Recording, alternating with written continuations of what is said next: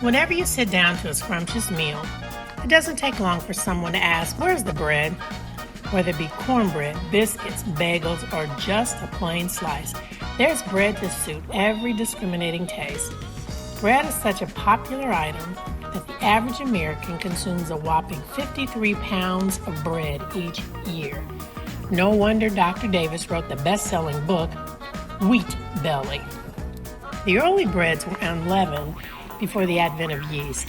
Archaeologists found evidence of bread dating back to 4000 BC, and we know from a biblical perspective that unleavened bread was used at the Lord's Supper. Unfortunately, as the waistlines of Americans continues to expand and foodborne allergies and illnesses are linked to wheat products, various diets are continuing to be designed to minimize or eliminate carbohydrates and wheat-bearing products from our daily diets. From Atkins to Paleo to South Beach to Keto, the war on bread wages on. Did you know there's even bread etiquette? When there's a bread basket that's on the table for business or formal meals, the bread should only be eaten when there's a main course on the table, not before or between courses. Drats. Did you also know that the only bread you butter in its entirety is a piece of toast? A pat of butter should be placed on the side of your bread plate with you tearing a bite-sized piece of the bread or roll, buttering only that section to be eaten and not the entire roll. I also bet you didn't know that the bread plate should always be passed to the right, and if you have a loaf on the table that needs to be cut, the loaf should be covered with the napkin or towel, with only the exposed portion being cut that you intend to take. Finally, no group dipping. No group dipping. If you have olive oil, each person should have their own dipping dish. Trust me, folks, we are not keeping score on this one. Sadly, once COVID-19 hit in early 2020, people found store shelves emptied as the supply chain in many areas was disrupted, causing product shortages. The shelter-in-place orders found consumers returning to bread making, a favorite pastime, since they knew they had flour, milk, eggs, butter, and sugar. Yes, COVID separated the chefs from the fetch. So in spite of the war on carbohydrates, wheat belly, and COVID-19, Americans love bread. And that love affair does not seem to be ending. So tonight we're going to demonstrate the ever so popular yeast roll. Loved by many, but mastered by few.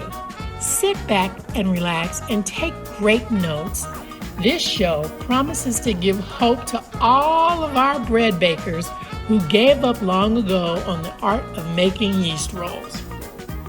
Hi, I want to welcome everybody to another segment of Tabernacle Talks. And we're really excited about tonight's show because we're going to feature a demonstration, and we call this series Cooking with the Pros. And I searched long and hard around the region to find out who the top bread makers are in the area. And consistently, a couple of folks just kept giving me the name Lorraine's Rolls. So today we are going to be featuring a demonstration from Lorraine Wallace in making yeast rolls. And when I tell you they are amazingly scrumptious, you won't want to miss this show tonight. First, let me start off. When I asked Lorraine, why did you get into the art of bread making? She said she's been making these rolls since she was 12 years old. She said she used to sit at the table and wait for her mom to make the rolls. And one day her mom just said, "You need to start making these rolls." And for any of you that are Food Network followers, the most recent Food Network featured a whole set of articles about bread making, because now that people have been sheltered in place with COVID-19 and they're not able to go out to restaurants as much as they'd like to, people are getting back into the art of cooking. So tonight, when we show you the demonstration, because this is a family secret, we're not going to be actually giving you Lorraine's recipe. And I think those of us that have heirloom recipes certainly understand why we're not doing that.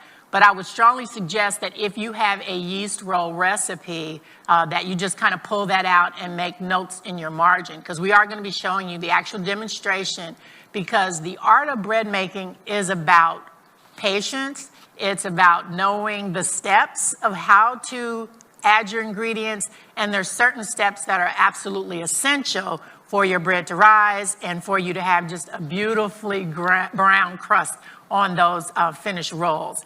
There were some other questions I asked Lorraine, and I'll just kind of go through some of those before we begin our tape session with her. I asked her, excuse me, is there like a special pan that you use? She said no, she doesn't use a special pan. I asked, do you prefer a gas stove over an electric stove? She said she's used both. I used an electric stove when I actually finished the recipe, but obviously a lot of people prefer gas cooking, and we'll give you some tips about when you actually are placing those rolls in the oven. It's a family recipe, and she's a perfectionist, because as we were watching her, and you'll see in these clips, she would, do things and then clean her counter space. So she's an exceptionally clean cook. And in fact, she said, if you want to come see my kitchen before you ask me to do this demonstration, I'll be more than happy to do that. And so we were real pleased with that. And so as we walk you through the steps tonight, I would encourage all of my bakers out there in the audience, if you want to make this recipe and then actually post it on the site, I would encourage you to do that, because we're going to be really excited about seeing how your product turned out after tonight.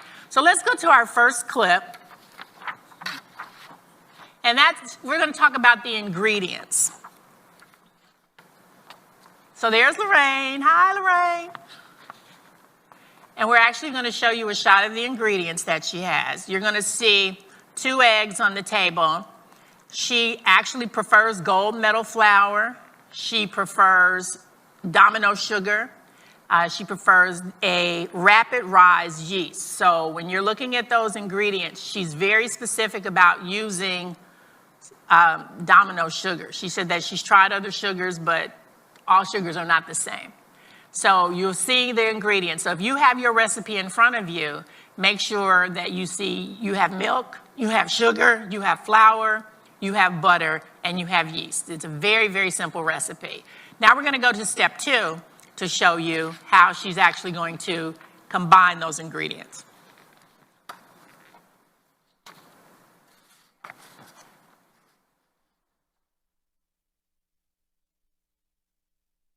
So you see her dissolving the yeast, and she just used 1 packet. I was fortunate enough to be able to watch her. And she says you need to make sure that your yeast is dissolved.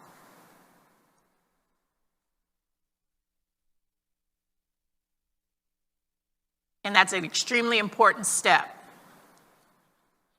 And she actually warmed that water in the microwave.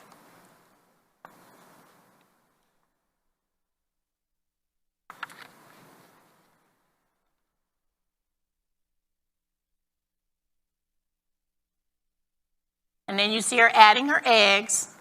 She's adding her 2 eggs into the mixture that has the warm water and the yeast.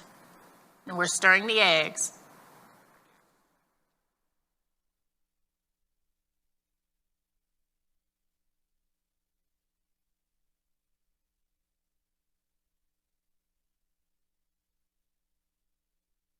And then you're going to see her pour that liquid mixture into her large mixing bowl.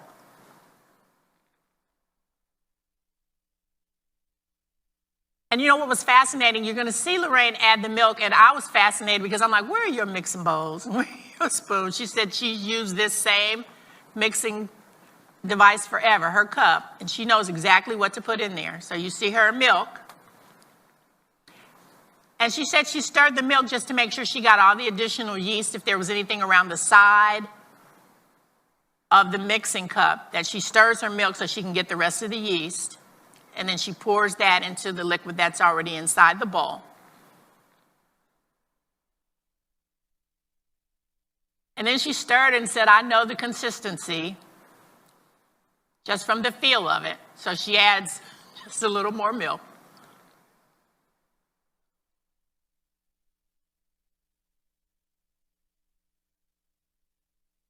Then this is her butter that she's melted, and she's going to pour the majority of that butter into this mixture, but she is going to retain some of the butter because you have to be able to dip your rolls in that. And again, that was 2 sticks of butter that you see melted. And that's what she's retaining so that you would actually roll your dough in that after the second rise.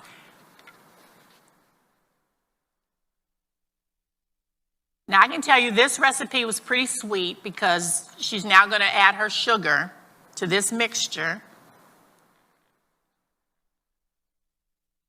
So for those of you who don't need to eat a lot of sugar, you may want to find another recipe that doesn't use this much sugar, but this is the recipe that she uses, and she can tell by the consistency and the thickness of the liquid how much sugar she needs to put in there. And then you see she's going to add a little bit more sugar.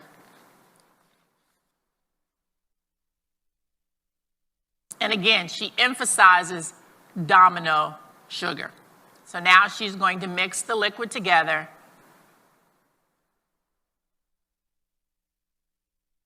To make sure that it has a smooth consistency.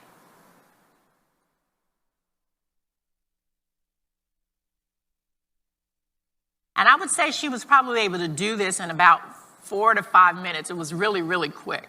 So for those of you who have struggled thinking that the actual mixing the ingredients together is the challenge, that's not the challenging part of bread making. So now we're going to add the gold medal flour.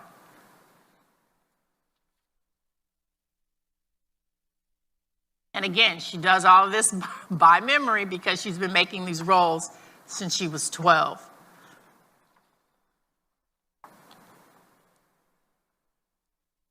And you're going to see that she's going to mix the dry ingredients with the wet ingredients to make sure that she completely mixes all of those elements together.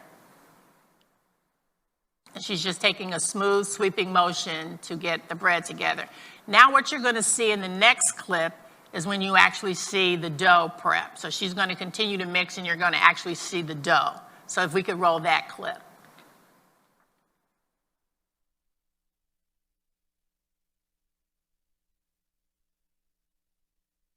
So now you see she's just kneading and mixing with her hands now because it's become thick. So you can't use the fork anymore to be able to move the ingredients. And now you're going to see she's going to flour her surface, and she's going to turn the dough out on the surface.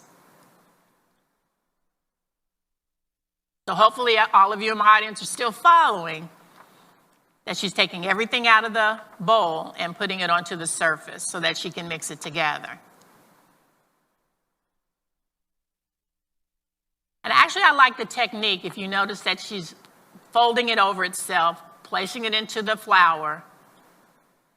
And I can tell you it was really light as a feather to actually watch her do this. She's not placing a lot of pressure onto the dough because she's trying to keep air so that it's light and fluffy. Absolute excellent technique to actually roll the dough. And again, she's lightly flouring again so you can see that she's rolling the dough onto this surface.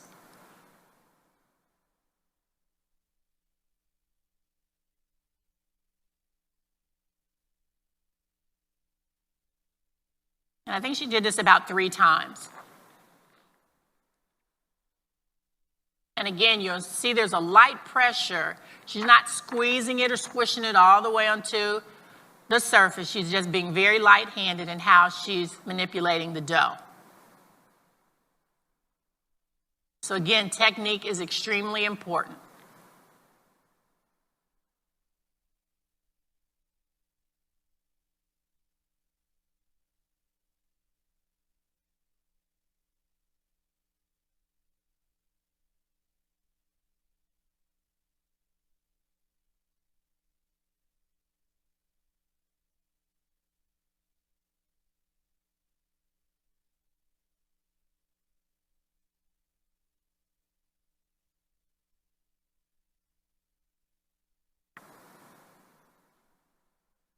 Now, I watched that demonstration, and I can assure you it was pretty quick. I was thinking that it was going to be a long, drawn-out process, but it wasn't. So we probably have maybe 7 or 8 minutes that it actually took her to make that dough ball. So now she's going to place the dough into a container, and I believe we've got a shot of that because now we're actually getting to the section where the dough has to rise.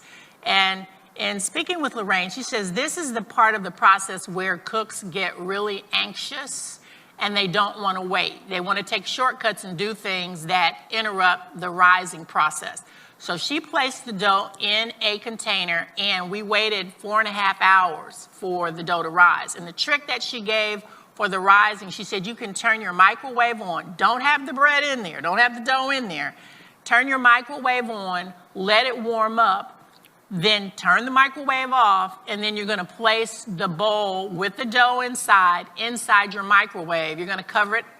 We covered it with a napkin, and then we're going to let it rise for 4.5 hours, and it'll double in size.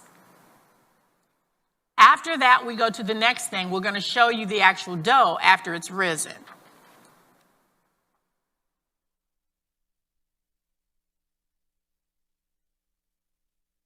And there's a technique called punching it down, so we're going to show you that. You're going to stick 2 fingers and make sure your indentation stays inside the dough. Then you're going to punch it straight down. Don't twist your fist. You're just punching the gas from the yeast out of the dough so that it circulates through the mixture. So you're just going to punch it down. And I think that's where a lot of people make mistakes because you don't punch the dough down. You just start at that point and you start making your rolls, and you don't want to do that. So after you punch the dough down, we're now going to show you how to actually shape the rolls. And we thought this was a great technique. I use the technique because I actually took the dough that she gave me and actually shaped it. So now I'm going to show you the technique that I used. I took a knife or a cutter and I actually cut the dough into pieces. And then I pulled the little pieces like you see in the hands of the demonstration here. And I just kind of made sure it was still light and fluffy. I lightly dusted the surface. I pressed the dough out. And then I pinched the corners. I just pinched the corners inside themselves like you see here to form like a little ball. And then I took the ball inside of my hand and rolled it on the table. And you're keeping the side of your hand on the table while you're rolling it into balls. And he's going to show you that technique.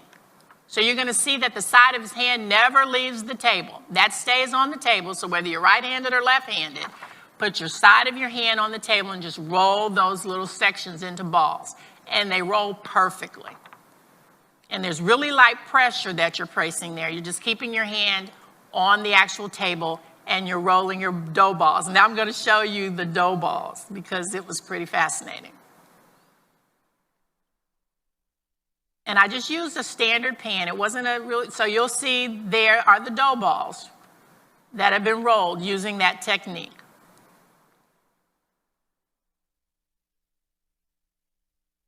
And you can put them close together. I wasn't concerned about them overflowing. I had a pretty large pan, and I wanted to make sure that all the dough balls were placed in the pan. That made quite a few rolls, and that was like half of the recipe that she normally makes.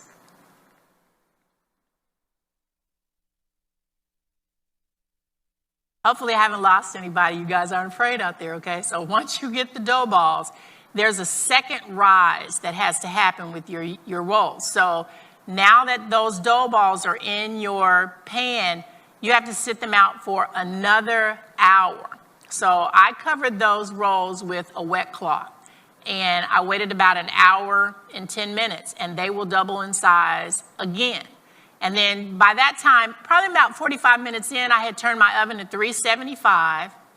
And you've got to have your oven on 375 and preheated.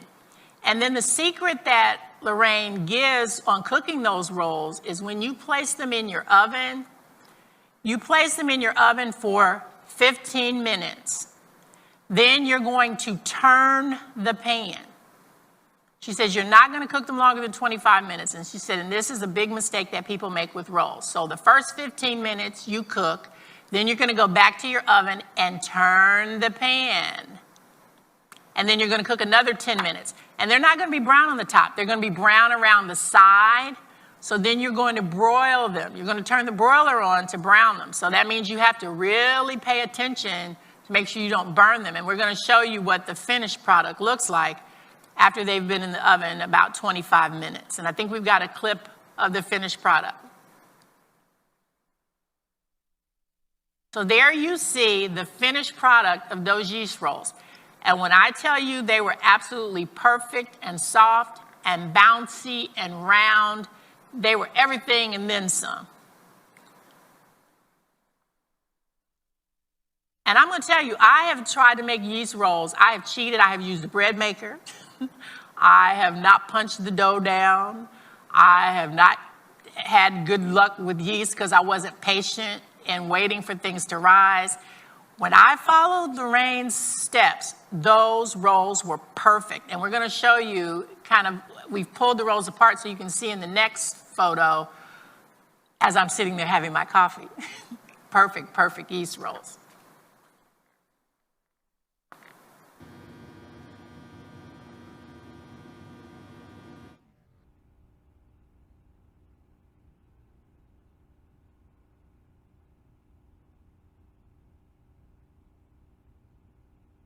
Now, I can tell you these rolls are very addictive. They freeze well. They taste good.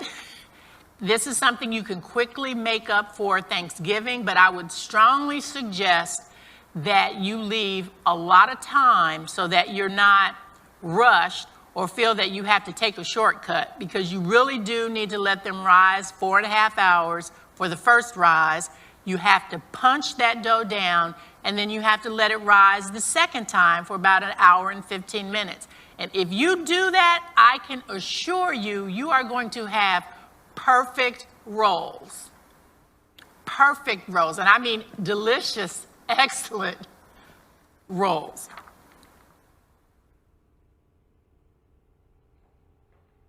And I can tell you they're fluffy, they're soft, just perfection.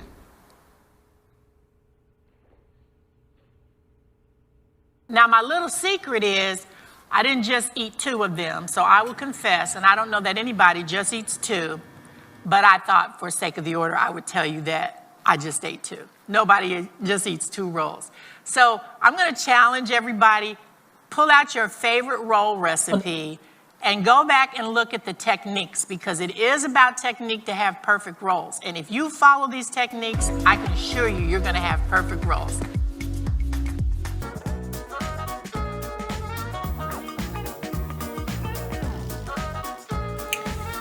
Join us next week when we teach you how to make the perfect pound cake. See you then.